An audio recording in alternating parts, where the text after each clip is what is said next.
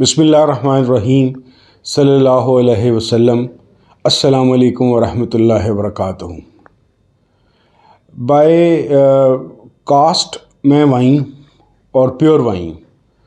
وائن اس طریقے سے کہ میری والد اور والدہ دونوں وائن تھے، لیکن میرے والد ننہال کی طرف سے میر تھے اور میری والدہ کا ننہال ملک بہاری تھا، لیکن تھے وہ کشمیری۔ تھوڑا فرق دونوں فیملیز میں یہ تھا کہ میرا جو اپنا ددیال ہے وہ ایک مذہبی گھرانہ ہے، کافی زیادہ داڑھیوں والے لوگ، اپنی مسجد، نمازیں، تراویحاں، قرآن کے حفظ، اس طرح کی ماحول تھا، جبکہ جو میری والدہ کا ننہال تھا وہ ذرا ماڈرن سے لوگ تھے اس پرانے زمانے میں بھی۔ پرانا زمانہ مینس آج سے 60 70 80 سال پہلے بھی،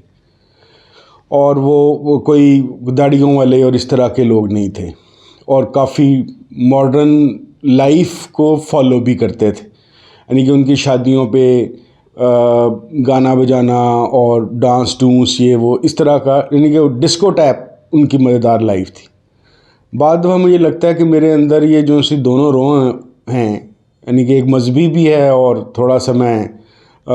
غیر مذہبیزم بھی اپنے ساتھ پاتا ہوں اپنی شخصیت کے اندر، تو شاید یہ دونوں طرف کے مختلف قسم کے جینز کا میرے پہ اثر ہے۔ خیر، میں بات آج کرنا چاہ رہا ہوں میرے والدہ کی ننہال کی طرف سے ان کے ایک کزن تھے، یعنی کہ میرے ماموں لگے۔ 80s کی بات ہے، میں بہت چھوٹا تھا، بمشکل شاید 7-8 سال کا ہوں گا، لیکن ایک ایسی بات تھی جو میرے ذہن میں رہ گئی۔ ان ماموں نے ایک دفعہ وہ قصہ سنا رہے تھے، تو انہوں نے ایک پرندے کا یا جانور کا ذکر کیا جس کا نام ڈوڈو تھا، کہ وہ ڈوڈو جو سا ہے وہ ختم ہو گیا ہوا ہے۔ اس 2 جملوں کے علاوہ مجھے کچھ بھی یاد نہیں۔ بہت زمانے بعد، تقریباً اس زمانے کے کوئی 20-22 سال بعد، جب جینیٹکس کے حوالے سے میرا بیولوجی سے رابطہ ہوا، تو مختلف چیزیں جب میں پڑھ رہا تھا تو مجھے ایک دفعہ ایکسٹنکشن پہ پڑھنے کا موقع ملا کہ بعض جو سے جانور ہیں وہ بعض ایکسٹنٹ ہو چکے ہیں، یعنی کہ ناپید ہو چکے ہیں، تو اس میں سے ایک چیز ڈوڈو تھا۔ ڈوڈو 17 سینچری میں ناپید ہو گیا تھا۔ لاسٹ ٹائم 17 سینچری میں یہ موریشیس کے اندر موجود تھا، اور جب وہاں پہ مختلف ڈچ قبیلے یا ڈچ فوجیں وہاں پہ آنا شروع ہوئیں، تو آپ یہ سمجھ لیجئے کہ انسانوں نے اس پرندے کا کوئی دھیان نہیں رکھا، بلکہ الٹا اس کو کھانے پینے میں زیادہ استعمال میں لے آئے، اور آہستہ آہستہ وہ اتنا زیادہ اس کو بربادی پھیری گئی کہ وہ جو ان سا پرندہ اس وجہ سے وہ اڑ نہیں سکتا تھا، فلائٹ لیس برڈ کہتے ہیں اس کو، کہتے تھے، لیکن وہ اس 17 سینچری کے اندر ہی لاسٹ ٹائم دیکھا گیا، اور اس کے بعد وہ ایکسٹنکٹ ہو گیا۔ تو میرا پہلا تعارف ایکسٹنکشن سے ڈوڈو کی صورت میں تھا، کہ ڈوڈو ایک ایسی چیز ہے، اور کچھ ایسے اور بھی جانور ہیں دنیا میں جو کبھی کسی زمانے میں موجود ہوتے تھے لیکن اب وہ ایکسٹنکٹ ہو چکے ہیں۔ دوسری چیز میں ذکر کرنا چاہوں گا مارخور کا۔ جس طرح سے میں نے بتایا کہ ڈوڈو انسانوں کی کرتوتوں کی وجہ سے ان کی بھینٹ چڑھ گیا اور انسانوں نے اس کو ختم ہی کر دیا، یعنی کہ اتنا زیادہ اس کو پکایا کھایا کہ وہ ختم ہی ہو گیا۔ اسی طریقے سے مارخور کے متعلق ایک میری جو علم میں اضافہ ہوا یا مجھے معلوم ہوا، اس کی بھی ایک بڑی دلچسپ کہانی ہے۔ میرے ایک دوست ہیں ڈاکٹر کاشف شیخ، کنزرویشن بایولوجسٹ ہیں، وہ PhD تو ان کی کائزن یونیورسٹی سے تھی، لیکن وہ کینیڈا جا چکے ہیں کوئی 15-20 سال پہلے سے، اور وہیں پہ پوسٹ ڈاک کی اور وہیں پہ کام کرتے ہیں۔ آج سے کچھ سال پہلے وہ ایک ڈیم کے پروجیکٹ کے سلسلے میں پاکستان آیا ہوا تھا، تو میں نے باتوں میں پتہ نہیں کیا بات تھی، تو میں نے اسے ویسے کہا، میں نے کہا دیکھ یار یہ کتنے عجیب و غریب لوگ ہیں پاکستانی کہ یہ مارخور کو مارنے کے $1,00,000 دے رہے ہیں، اس طریقے سے تو یہ ختم ہو جائیں گے۔ اس نے پھر مجھے سمجھایا کہ بھائی یہ جو $1,00,000 دیا جا رہا ہے یہ ختم کرنے کے نہیں، اس کو کنزرویشن کے لیے دیا جا رہا ہے تاکہ یہ بچ جائیں۔ پھر اس نے مجھے پورا سسٹم سمجھایا، پوری بات سمجھائی کہ کس طریقے سے یہ جو $1,00,000 ملتا ہے یہ اسی کمیونٹی کا، یعنی اسی علاقے میں جہاں پہ یہ مار خور زندہ ہیں اور وہاں پہ پل رہے ہوتے ہیں، ان کے اندر بانٹا جاتا ہے تاکہ ان کی کمیونٹی نیڈز کو پورا کیا جا سکے،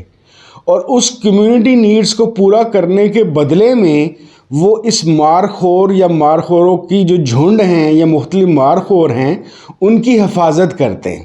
تو پوری کی پوری کمیونٹی مل کر ایک قسم کا اس مار خور کی جو نسل ہے اس کو بچانے کی کوشش کر رہی ہے۔ تو یہ میرے لیے ایک اور سبق ہوا کہ ایک طرف ڈوڈو تھا جو انسانوں نے مل جل کر کھا پی کے ختم کر دیا، اور دوسری طرف یہ مار خور ہے جس کو کمیونٹی مل جل کر اس کی حفاظت کر رہی ہے کہ لائسنس شدہ شکار، لائسنس کی جس کے پاس اجازت ہو صرف وہ اس کا شکار کر سکتا ہے، اس کے علاوہ اس کا شکار نہ ہو۔ اچھا، اب تیسری ایک اور چیز ہے جو ہم نے بچپن سے سنی، آپ لوگوں نے بھی سنی ہوگی، ایک میتھالوجی کا ایک کریکٹر ہے یونیکارن۔ اب یہ جو یونیکارن ہے یہ میتھولوجی کا کریکٹر اس لیے سمجھا جاتا ہے کہ یہ گھوڑا ہے جس کے سر پہ ایک سینگ ہے، سنگل سین ہے، اس لیے اس کو یونیکارن کہا جاتا ہے۔ اس کو کبھی کسی نے نہیں دیکھا، یہ بس دیومالائی کہانیوں میں جو ان سے ہے یہ موجود ہے، اور یہ صدیوں پرانی جو کہانیاں تھیں میتھولوجی کی اس کے اندر سے یہ چلتا آ رہا ہے۔ تو یہ 3 چیزیں ہو گئیں، ایک ڈوڈو جو کبھی واقعی زندہ سلامت تھا اور یہ انسانوں کے ہاتھوں ختم ہو گیا،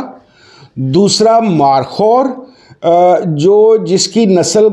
معدوم یا کم ہو رہی ہے لیکن اس کو ایکسٹنکشن سے بچانے کے لیے ورلڈ وائلڈ لائف اور بہت سارے پاکستان گورنمنٹ اس کے لیے کوشش کر رہی ہے کہ کمیونٹی کی مدد سے اس کی نسل کو بچایا جا سکے۔ اور تیسری چیز ہو گئی یونیکارن، جو انسانوں کے قصے کہانیوں کی وجہ سے ان کے خیالات میں تو زندہ ہے لیکن اصل میں کبھی بھی کہیں بھی موجود نہیں تھا۔ اچھا، کیونکہ مجھے 2 چیزوں نے پڑھائی میں بہت انسپائر کیا ہے، بالکل میں اپنی حالت اکثر بچوں جیسی مجھے لگتی ہے، یعنی کہ اس طرح سے مجھے اٹریکشن لگتی ہے ان دو طرح کے اسکیمز آف نالج کے اندر۔ ایک تو بایولوجی کے اندر مجھے بہت زیادہ انٹرسٹ ہے، اور دوسرا جو سا ہے یہ جو سی انسان بنا کیسے، اور یہ زمین کائنات کیسے بنی، اور یہ کتنے بلینز آف ایئر سے ارتقاء کا عمل جاری ہے، یعنی کہ یہ جو کریشن اور ایولیوشن کا سارا پروسیس ہے، ان 2 میں مجھے بہت زیادہ دلچسپی ہے۔ تو ابھی میں بات کرنا چاہوں گا کہ میں نے ان 3 چیزوں کو، جو مارخور ہے اور یونیکارن ہے اور ڈوڈو ہے، اس کو اپنے بایولوجی کے علم سے جب دیکھنے کی کوشش کی تو مجھے ایسا لگا کہ ہمارے ہاں پہ جو مذہب اور اخلاقیات ہیں ان کی بھی حالت کچھ ان تینوں میں سے کسی ایک جیسی ہو جائے گی یا ہونے والی ہے۔ وہ کیسے؟ وہ ایسے کہ مذہب ان تینوں میں سے کوئی ایک چیز یا ہے یا ہم اس کو اس طریقے سے پرسیو کرتے ہیں، اور مجھے خدشہ یہ ہے کہ مذہب کا جو ان سا پارٹ، کیونکہ آپ جو مرضی کر لیں، آخرت کا بے شک کنسیپٹ لے لیں، جنت دوزخ، میں صرف اسلام کی بات نہیں کر رہا، میں تمام مذاہب کی بات کر رہا ہوں کہ اس کے اندر جنت دوزخ کا کنسیپٹ جو ان سا ہے، سزا کا اور جزا کا جو ان سا کنسیپٹ ہے، روز قیامت کا جو ان سا کنسیپٹ ہے، قبر کے عذاب کا جو کنسیپٹ ہے، یہ سارے کنسیپٹ، یہ نظریات اپنی جگہ، لیکن اصل میں جو کلیم آف ریلیجن ہے وہ ہے اخلاقیات پرووائڈ کرنا، انسانوں کو بہتر اخلاقیات کے اوپر لے کے چلنا۔ مجھے ایسا لگتا ہے کہ اس نئے ڈیجیٹل دور کے اندر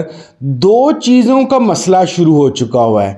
ایک تو نئی نسل نے ڈیجیٹل ورلڈ کی وجہ سے ان کا نالج اس قسم کا بڑھ رہا ہے کہ وہ آہستہ آہستہ ریلیجن کے اخلاق پھیلانے یا ڈیولپ کرنے کے پارٹ پہ کویسچن کرنا شروع ہو چکے ہوئے ہیں۔ دوسری وہ چیزیں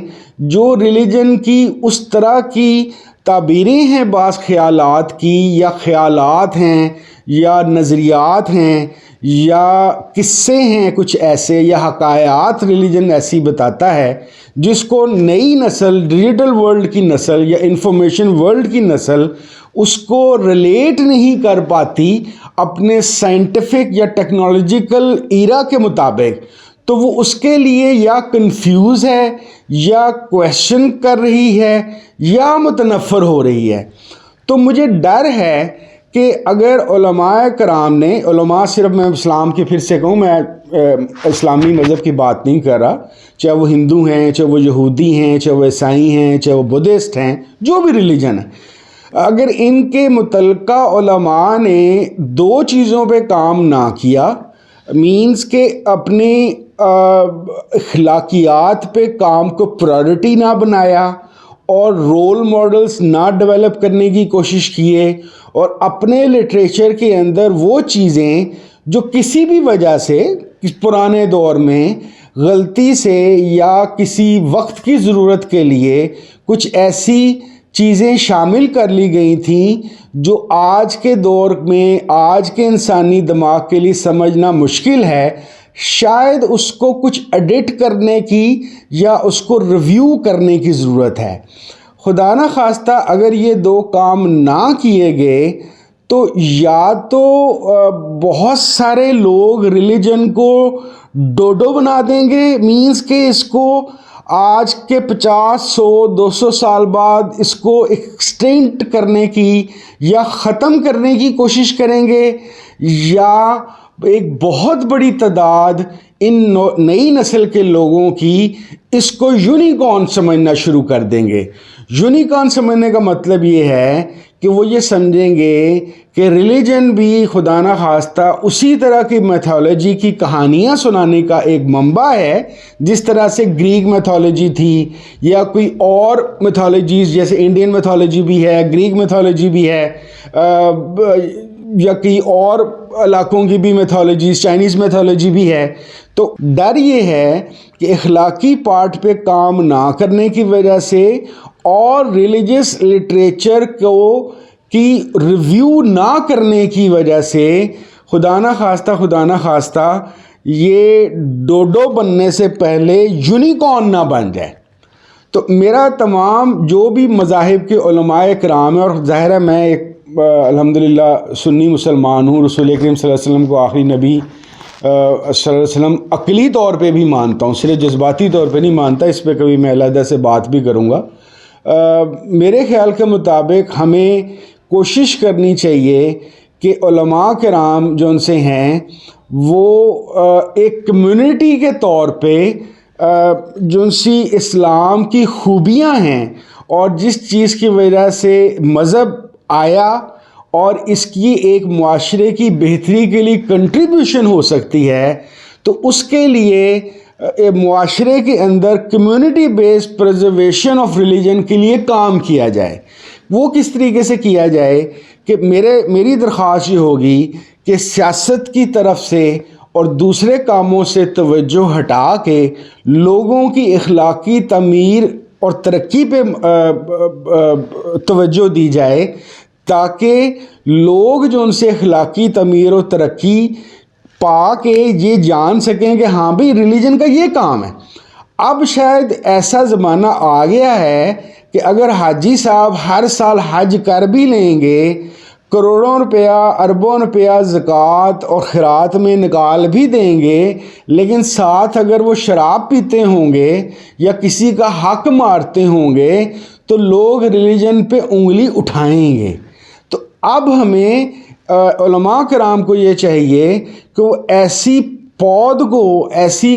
لوگوں کو پیدا کرنے کی، ڈیولپ کرنے کی کوشش کریں جو صرف ناسے نہ ہوں، وہ صرف نصیحت کرنے والے یا لیکچر دینے والے لوگ نہ ہوں، بلکہ وہ ایسے لوگ ہوں جو پریکٹیکلی اپنے آپ کو پریزنٹ کر سکیں۔ یقینی طور پہ علماء کرام کے اندر ایسے لوگ پہلے بھی موجود ہوں گے، لیکن اب کوشش کرنی چاہیے کہ یہ ذرا کام زیادہ ہو۔ اسی طریقے سے وہ حضرات جو بعض ایسی باتیں کرتے ہیں کہ جو عام بندے کی یا ایون خاص بندے کے بھی عقل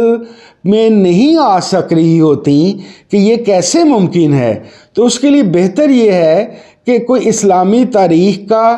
یا اسلامی لٹریچر کی کوئی یونیفائڈ اگریڈ اپون ایک کتاب بنا لی جائے، جس کے اندر فی زمانہ یہ ریویو کر لیا جائے کہ کون سی چیزیں واقعی اسناد کے ساتھ صحیح طرح موجود ہیں، اتھینٹک ہیں، اور اس کو آگے لے کے جایا جا سکتا ہے، اور فی زمانہ اور آنے والے زمانے میں اس کا دفاع کیا جا سکتا ہے، تاکہ ہمارے مذہب کو، اسلام کو، کہیں خدا نہ خواستہ یونیکارن کا حیثیت نہ مل جائے۔ تو امید میں کرتا ہوں کہ ہم انشاءاللہ تعالی اپنے اس طرح سے کام کریں کہ ہم ڈوڈو اور یونیکارن بننے سے کسی طریقے سے بچ جائیں۔ بہت شکریہ۔ السلام علیکم ورحمۃ اللہ وبرکاتہ۔